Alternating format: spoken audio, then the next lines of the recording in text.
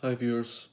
One common question I get asked with patients is to go over the liver function test, the meaning of those tests. So in this video I'm going to go over that and give a brief introduction to those tests. If you do like what you hear, then please do subscribe, hit the like button and share and make some comments. So there's a couple of components to the liver function tests. One of the first things we look at is the bilirubin. Bilirubin is a breakdown product of blood cells.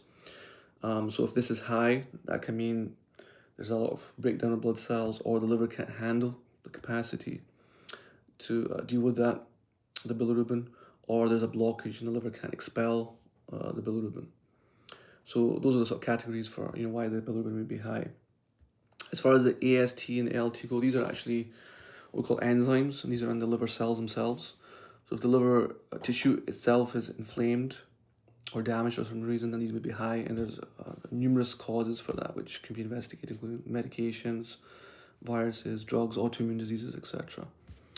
The fourth component is something called alkaline phosphatase, and that's an enzyme that's made in the bile ducts. So if the bile ducts are inflamed, this can be high.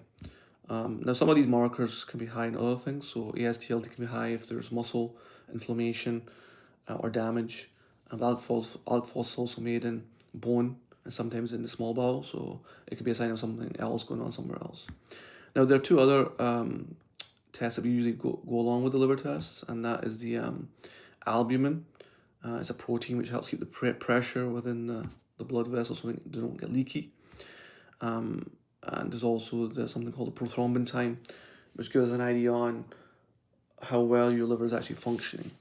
Again, both these things can be affected by many other conditions like inflammation, malnutrition, if you're taking certain medications.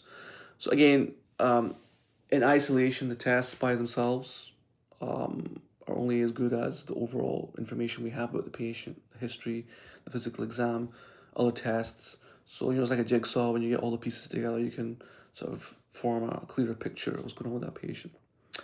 Anyway, if you like this material, then please do share, like, and feel free to ask any questions in the comment section. Thank you very much. And as always, stay healthy.